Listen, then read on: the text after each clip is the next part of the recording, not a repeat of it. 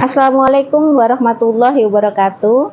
Saya Khiaratun Nadifa, mahasiswi Magister Pendidikan Dasar Universitas Terbuka. Kali ini saya akan memaparkan dari 3 pertanyaan dari diskusi 6 sesi 6 ini, mata kuliah MPDR 5302, studi komparatif pendidikan dasar di berbagai negara. Pertanyaan yang pertama adalah, bagaimana Anda sebagai guru pendidikan dasar dapat berkontribusi dalam mengatasi isu gender dalam lingkungan pendidikan? Kemudian fokuslah pada cara-cara untuk menciptakan lingkungan pembelajaran yang inklusif dan mendukung perkembangan siswa tanpa memandang jenis kelamin. Dari sini saya akan mencoba untuk membahas bagaimana saya sebagai guru dapat berkontribusi dalam mengatasi isu gender di lingkungan pendidikan, bahwa kita menyadari bersama proses dari pembelajaran yang berpihak kepada murid telah digaungkan oleh Ki Hajar Dewantara dalam kurikulum Merdeka saat ini, yang merupakan suatu kondisi di mana dalam suatu proses pembelajaran terdapat kondisi yang proporsional di dalam proses pembelajaran yang kita lakukan. Kondisi proporsional tersebut dapat tercapai apabila dalam proses pembelajaran guru dapat menerapkan kesamaan gender, yaitu dengan memberikan perlakuan kepada anak perempuan dan anak laki-laki secara adil, berimbang, serta memperoleh kesempatan yang sama dalam belajar. Guru memegang peranan penting dalam menciptakan lingkungan belajar yang berpihak kepada murid dan inklusif yang dapat mendukung perkembangan murid tanpa memandang gender. Beberapa aspek penting dalam isu gender dapat dipandang melalui yang pertama adalah kesetaraan gender dalam kurikulum. Kurikulum merupakan fondasi utama dari suatu sistem pendidikan yang memegang peranan krusial dalam membentuk pemahaman dan persepsi siswa tentang gender. Guru pendidikan dasar memiliki tanggung jawab besar untuk mengimplementasikan kurikulum secara sensitif gender dan bahkan berkontribusi dalam pengembangannya di tingkat sekolah. Berikut ada beberapa cara guru dapat berkontribusi. Yang pertama adalah analisis dan adaptasi materi ajar. Guru perlu secara kritis menganalisis materi ajar yang ada, termasuk buku teks, lembar kerja siswa, dan materi pendukung lainnya. Kedua adalah integrasi perspektif gender dalam pembelajaran. Guru dapat mengintegrasikan perspektif gender dalam setiap mata pelajaran. Misalnya mata pelajaran sejarah, guru dapat membahas peran aktif perempuan dalam peristiwa-peristiwa penting. Yang ketiga adalah penggunaan sumber belajar yang beragam dan inklusif, di mana guru dapat mencari dan menggunakan sumber belajar tambahan secara eksplisit, membahas isu-isu gender dan menampilkan keberagaman. Yang berikutnya adalah fasilitasi diskusi kritis tentang gender. Guru dapat memfasilitasi diskusi di kelas yang mendorong siswa untuk berpikir kritis tentang peran gender, stereotip, dan ketidaksetaraan. Diskusi ini dapat dilakukan dengan cara yang aman dan suportif, sehingga memungkinkan siswa untuk berbagi pandangan mereka tanpa takut dihakimi. Berikutnya adalah pengembangan proyek dan tugas yang sensitif gender. Guru dapat merancang proyek dan tugas yang mendorong siswa untuk mengeksplorasi isu gender dari berbagai perspektif. Dan yang terakhir adalah memberikan umpan balik yang tidak bias gender. Guru perlu memberikan umpan balik terhadap siswa tanpa dipengaruhi oleh bias gender. Mereka harus fokus pada kualitas pekerjaan siswa, bukan pada ekspektasi yang berbeda berdasarkan jenis kelamin. Yang kedua adalah kesetaraan gender dalam pembelajaran. Aktivitas pembelajaran di kelas merupakan arena penting di mana interaksi belajar terjadi dan di mana guru memiliki kesempatan untuk memberikan layanan yang adil dan responsif terhadap semua kebutuhan siswa tanpa memandang gender. Berikut adalah cara guru dapat mewujudkan kesetaraan gender dalam pembelajaran. Yang pertama, menciptakan lingkungan kelas yang inklusif dan aman. Guru harus menciptakan lingkungan kelas di mana semua siswa merasa diterima, dihargai, dan aman untuk berpartisipasi aktif tanpa takut diskriminasi atau perundungan berbasis gender. Yang kedua adalah memberikan perhatian dan dukungan yang setara. Guru harus memastikan bahwa mereka memberikan perhatian, dukungan, dan kesempatan yang sama kepada semua siswa, baik laki-laki maupun perempuan. Yang ketiga, mengakomodasi gaya belajar yang beragam. Guru perlu menyadari bahwa siswa laki-laki dan perempuan mungkin memiliki gaya belajar yang berbeda. Yang keempat, mendorong partisipasi aktif semua siswa. Guru harus memberikan dorongan kepada semua siswa untuk berpartisipasi aktif dalam diskusi kelas, kegiatan kelompok, maupun presentasi.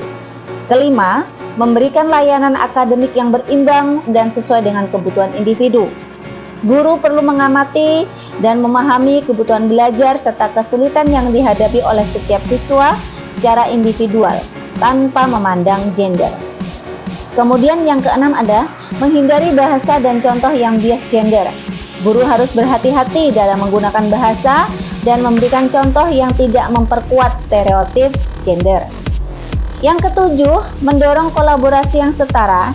Dalam kegiatan kelompok, guru perlu memastikan bahwa semua siswa memiliki kesempatan yang sama untuk berkontribusi dan memimpin tanpa didominasi oleh satu jenis kelamin. Guru dapat memberikan peran yang berbeda kepada anggota kelompok untuk memastikan partisipasi yang setara.